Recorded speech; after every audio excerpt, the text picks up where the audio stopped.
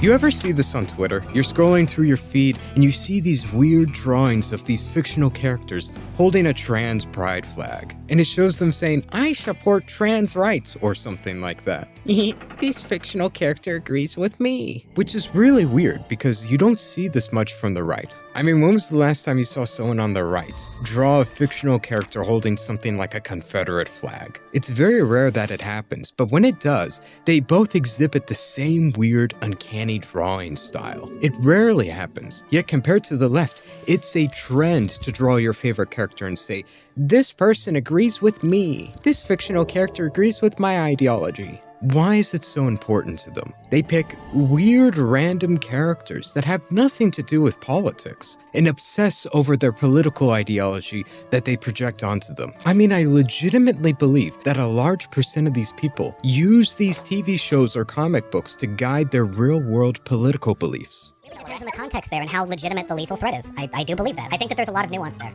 But listen, all I know is I've seen a lot of Marvel movies, and in the part where the good guy gets framed, and he turns around and there are a bunch of angry cops and civilians staring at him, he drops the gun and puts his hand up in the air, and he doesn't unleash the fucking Iron Man laser and cut down 300 people who are threatening him implicitly by surrounding him and not allowing him free access out. So maybe that's smart. In real life, if you spend a lot of time on live leaks or any other, you can see that where one guy throws his hands up and a mob comes up and somebody throws one punch that kills him, and then people cut his intestines out and they drag it over the street. So I mean, I don't know. I guess typically happens in the United States.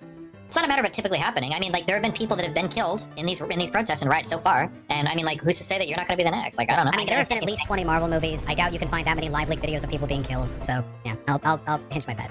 And to be frank with y'all, I did not come up with this idea myself. I saw it from a YouTuber named Verillium, and here's what he had to say. The biggest issue we're seeing today with the left is something that I call cartoon leftism. Basically, most modern leftists define their politics off of cartoons and movies. If you go on Twitter right now, you can see they mostly speak in memes of cartoon characters like G.I. Robot. None of these people know anything about the ideologies that they supposedly stand against, yet they know how a cartoon robot or a cartoon dog feels about them. Most of these people, when you ask them to cite a source for a claim, they'll give you a TV show or a movie or a cartoon. But what's worse about all of this is not only are they looking at fictional characters to decide their ideology, but they're using terrible sources that lack any true depth or meaning to it. I'll give you an example, a niche. The Star Wars community. I love Star Wars. I grew up watching it. Yet we can confidently say it doesn't have any real depth or meaning to it. You shouldn't be looking into these things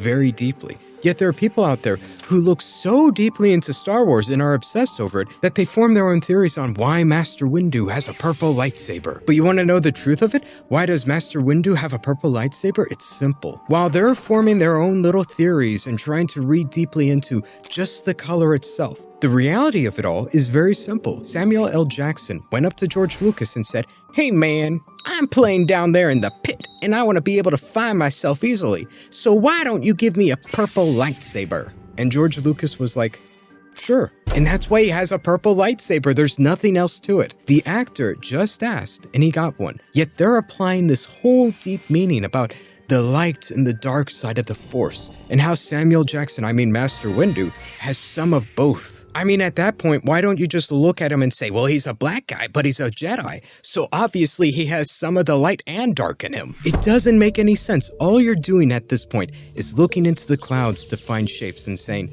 hey, that looks like a bunny. The wind must have intentionally formed a bunny in the sky for me to see. No, it's random chance that you looked up at the sky at that moment and saw a bunny. You are finding patterns in noise that don't exist. You can make it sound just as sophisticated as Jordan Peterson when he watched the movie Pinocchio, but all you are at the end of the day is a glorified schizophrenic at best. And at worst, you're just a palm reader. And that's exactly what the left does. They go into autistic levels of analysis when it comes to these comics, when it comes to these movies, before ever diving into their own philosophy. These people can go into deep levels of lore when it comes to Sonic the Hedgehog before they can articulate their own world beliefs and why they are justified. The problem is, most people just repeat buzzwords and slogans that they don't really understand or looked deeply into, and they're projecting it onto these characters. That's it. I mean, seriously, if you were to look up on YouTube right now, a full university course in sociology taught to you by a professor for free, that would set you apart